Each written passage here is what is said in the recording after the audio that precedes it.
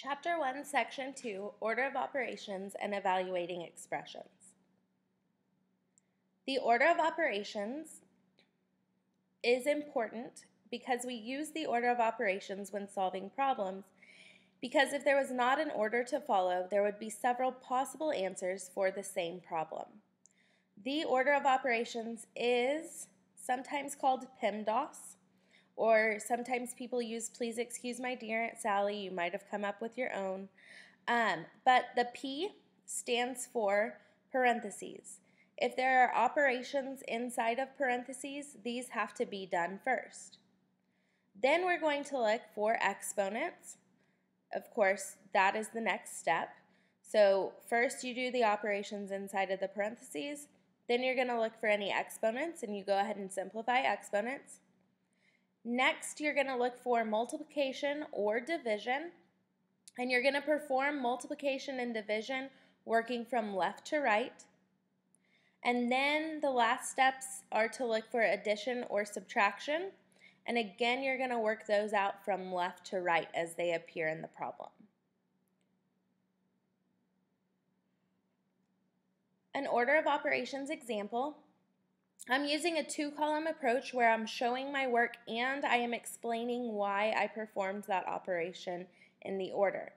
This is how I want you to work out your order of operations problems. If I ask you for a two-column approach, this is what you should do. I won't always ask you for a two-column approach, but sometimes I will, so you need to know what this is.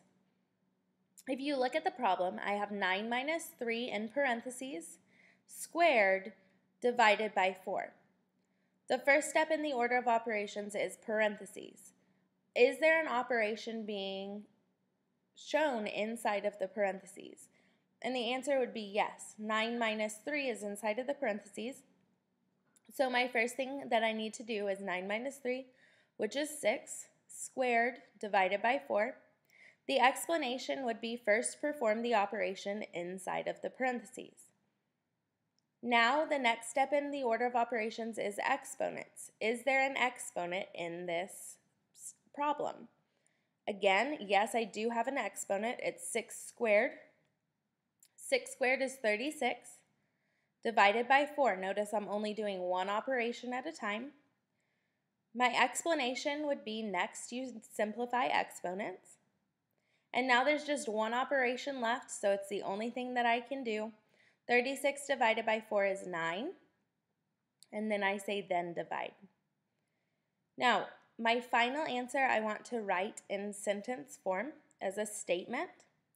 So I want your final answer should be the final answer for 9 minus 3 squared divided by 4 is 9. Notice it's a statement. I've told what my problem is, and I've told me what my answer was. Another example using this method asks us to simplify 2 to the 5th power plus parenthesis 11 plus 14, close parenthesis, divided by 5. Order of operations, we always start with parentheses. In this case, I do have parentheses. If you didn't have parentheses, you would just go ahead and look for exponents. When you don't have something, you just go ahead and skip that step. But in this case, I do. I need to do 11 plus 14 first because that is the operation inside of my parentheses. I have 2 to the 5th power plus 25 divided by 5. The explanation is first perform the operation inside the parentheses. The next thing I look for in the order of operations is exponents. Again, I do have an exponent. It's 2 to the 5th power. So 2 to the 5th power means that you're multiplying 2 5 times. So it's going to be 2 times 2 times 2 times 2 times 2. When you perform that, you get 32, and then I still have plus 25 divided by 5. My explanation is next simplify exponents. After exponents, I look for multiplication or division, and I work from left to right. Well, I only have one division operation here, so go ahead and do 25 divided by 5, which is 5. So 32 plus 5.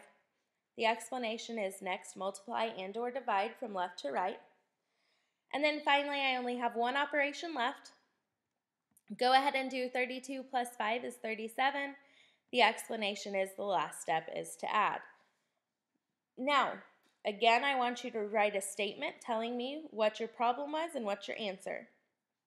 So it says the final answer for 2 to the 5th power plus 11 plus 14 divided by 5 is 37. That just lets me know that you know what you were solving and you know what your final answer was. When evaluating expressions, to evaluate an expression, you replace or substitute a given number for the variables. Then you simplify the expression using the order of operations. You always have to remember, even down the road when we're focused on something else, you have to remember to use the order of operations when solving. This first example says, what is the value of the expression for x equals 3 and y equals 4? Notice in the expression given, I have x squared plus 2x. Remember, anytime a number and a variable are written right next to each other, it means multiply. So it's 2 times x plus 16 plus y squared. Go ahead and plug in. Anytime you see an x, plug in 3. Anytime you see a y, plug in 4. So I have 3 squared plus 2 parenthesis 3. Remember, parentheses also show multiplication. If I were to not put anything there, I could think that it says 23, which would make my final answer wrong. So be careful when you're plugging things in that you put them in parentheses if multiplication is indicated. So I have 2 parenthesis 3 plus 16 plus 4 squared. Again, order of operations. Start with parentheses. Well, I did put parentheses here, but is there anything happening inside of the parentheses? And the answer is no. I just have a 3 inside of the parentheses. So I'm actually going to skip that step. Next, you look for exponents. In this case, I have 2 exponents. I have 3 squared at the beginning of the problem, and I have 4 squared at the end. I'm going to go ahead and square both of those, which gives me 9 plus 2 times 3 plus 16 plus 4 squared was 16 also. Now I look for multiplication or division. I only have one multiplication problem. It's 2 times 3, and 2 times 3 is 6. So I have 9 plus 6 plus 16 plus 16. Now I only have one operation left. It's addition. I'm going to work from left to right. 9 plus 6 is 15. Plus 16 is 31. Plus 16 is 47. So my final answer is 47. The next example says, what is the value of the expression for x equals 3 and y equals 4 again? It says parenthesis x plus y, close parenthesis, squared. First step when I'm evaluating an expression is to go ahead and plug in my numbers for my variables. So for x, I'm plugging in 3, plus for y, I'm plugging in 4. Again, keep everything else the same, just change the x to 3 and y to 4. Now, using the order of operations, I need to do the operation inside of the parentheses first. Inside of the parentheses, I have 3 plus 4. 3 plus 4 is 7, and it's still being squared. Well, 7 squared is 7 times 7, which is 49.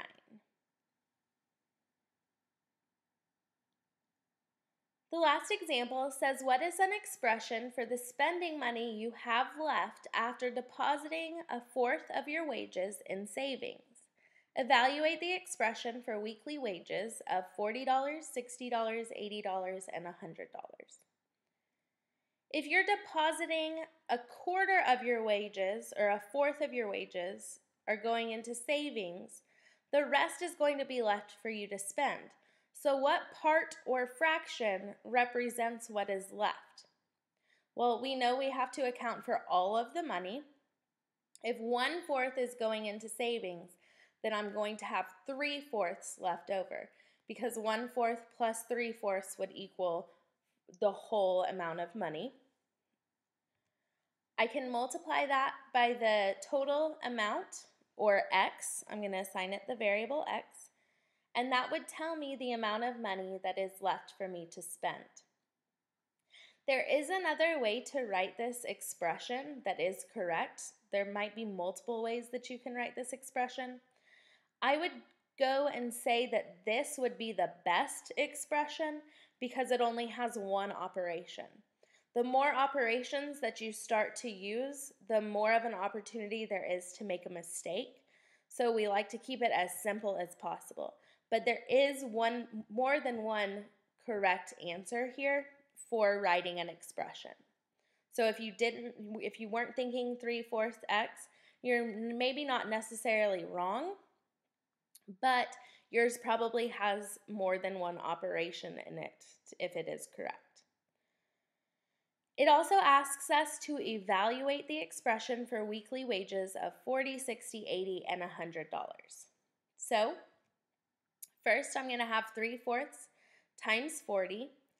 Remember to multiply a fraction times a whole number. I can write the whole number over 1, and I can multiply straight across. So 3 times 40 is 120, and then 4 times 1 is 4. 120 divided by 4 is $30. So when you made $40, you would have $30 to spend. Do the same thing with $60. Again, I can write 60 over 1. Multiply straight across and you get 180 divided by 4. Well, 180 divided by 4 is 45. So when you made $60, you had $45 to spend. I'm going to do the same thing with 80. 3 times 80 is 240. 4 times 1 is 4.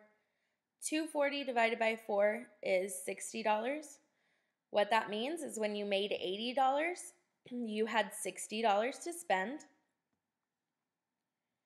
And finally, do it with 100.